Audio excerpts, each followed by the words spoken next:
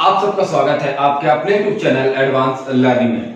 मैं ये जो वीडियो लेकर के आया हूँ, ये वीडियो है प्रॉपरली केवल का केवल जो एसएससी जेई के एग्जाम देने वाले हैं, जिसका एग्जाम आपका 1 सितंबर से है और 1 सितंबर से लेकर 4 सितंबर के मध्य है। बचे हुए 82-83 दिन जो 82-83 डेज है, इसमें तैयारी अपनी कैसे करें कि आपका जो एसएससी जेई का एग्जाम है उसमें अपना बेस्ट परफॉर्मेंस दे सके।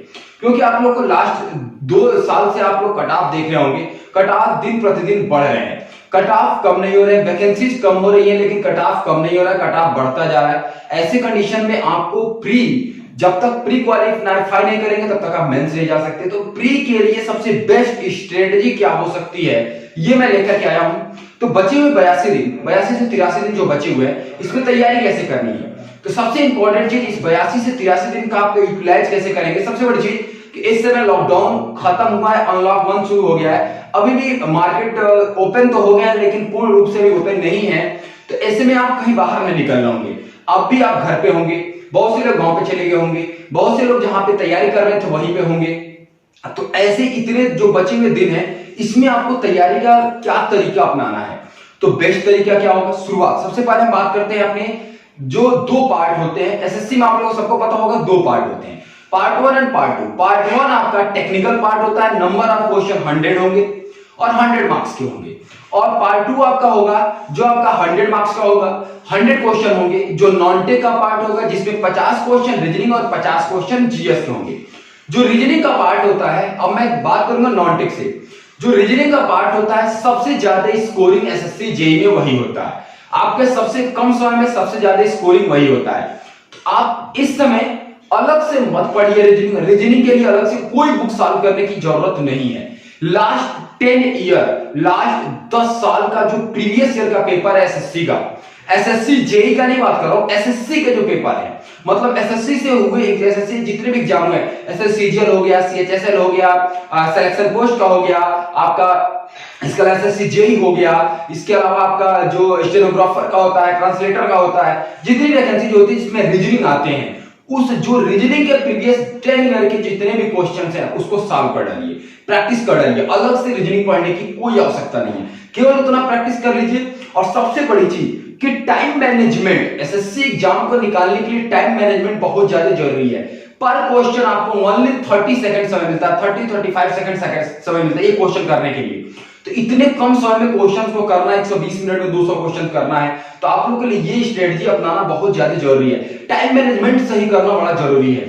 इसके लिए मैं बता रहा हूं कि कोशिश ये कीजिए कि जब आप रीजनिंग सॉल्व कर रहे हो तो टाइमर लगा ले, और जब पेपर सॉल्व कर रहे हो तो 50 क्वेश्चन को मैक्सिमम आप पहले तो शुरुआत करेंगे तो 50 क्वेश्चन करने 50 मिनट लग जाएंगे, 40 कीजिए, 35 कीजिए, 30 कीजिए, और उसको इतना प्रैक्टिस कीजिए कि उसे 25 मिनट ला सके।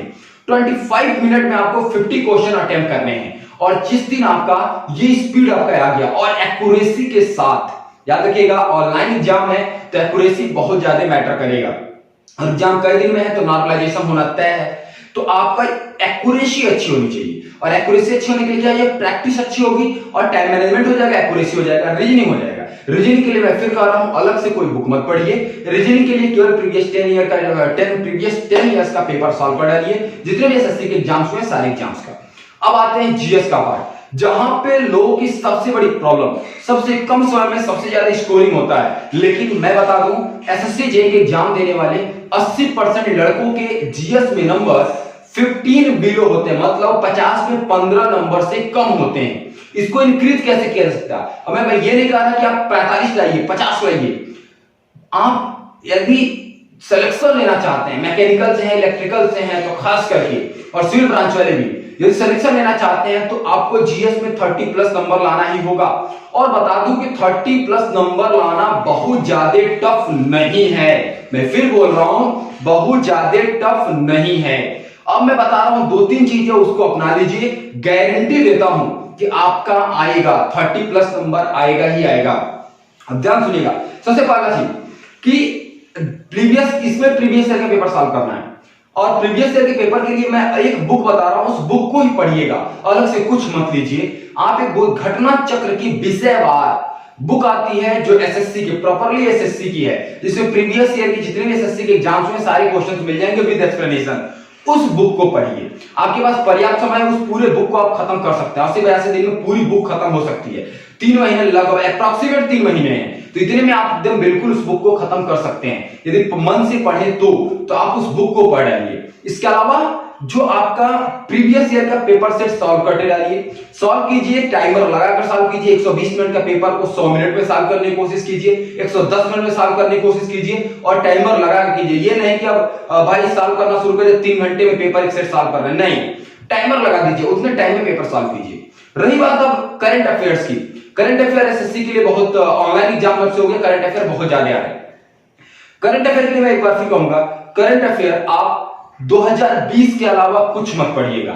जनवरी 2020 से लेकर के आपका अगस्त 2020 तक का करंट अफेयर पढ़ना है। ये 6-7 मंथ का करंट अफेयर पढ़ना है, जिसमें आप लोग कोरोना पे ज्यादा फोकस कीजिएगा। हर सेट में कोरोना से कम 3 to 4 क्वेश्चन होना तय है, ठीक है। और पहली बात कि कोरोना की वजह से सारी चीजें बंद हो गई, तो क्वेश्चन कहां से बनेंगे भैया? कोरोना से बनेंगे। 6 मंथ तो केवल कोरोना में चले गए, तो कोरोना से डायरेक्ट क्वेश्चन बनेंगे। अदर जो क्वेश्चन बन रहे हैं वो बेसिक क्वेश्चन होंगे जिसको आप कर सकते हैं। इसीलिए मैं बोल रहा हूं कि जनवरी 2020 से लेकर अगस्त 2020 तक के क्वेश्चन आपके करंट अफेयर में पढ़ने हैं।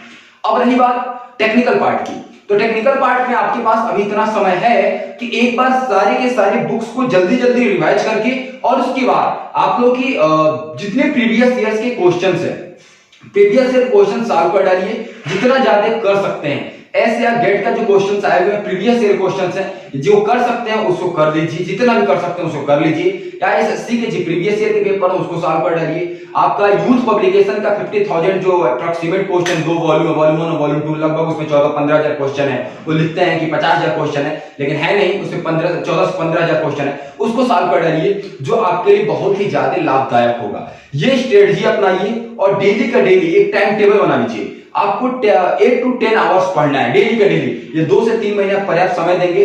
सबसे फायदा एक बात बता दूं कि जो टेक्निकल आप यहां पढ़ेंगे, यही टेक्निकल आपको यूपी ट्रिपल एससी जेई में भी आना है। तो ये टेक्निकल का आपका वही, जीएस का भी मैक्सिमम पार्ट मिल जाएगा। रीजनिंग का थोड़ा सा अलग होता है और अदर थोड़ा सा जो सेक्शन अलग पढ़ना होगा, यदि आता है तो बीच बीच में समय निकाल के उसको भी पढ़ सकते हैं। इसी वजह से एसएससी जेई पर पूरा फोकस कीजिए और आप एग्जाम दीजिए। आपके पास एक एग्जाम सामने है, तो जितना जी जान लाकर पढ़ सकते हैं पढ़िए। इस लॉकडाउन का उपयोग कीजिए और अपना पेपर बेस्ट दीजिए। तो यदि आपको ये वीडियो अच्छी लगी हो तो ज्यादा से ज्यादा लाइक और शेयर कीजिएगा। ऑल द बेस्ट, पहले मैं ऑल द बेस्ट बोल दे रहा हूं। आप अपना पेपर अच्छे से करके आएंगे, अच्छे से तैयारी करेंगे, ये पूरा भरोसा मुझे। अभी के लिए इतना ही है। Thank you class.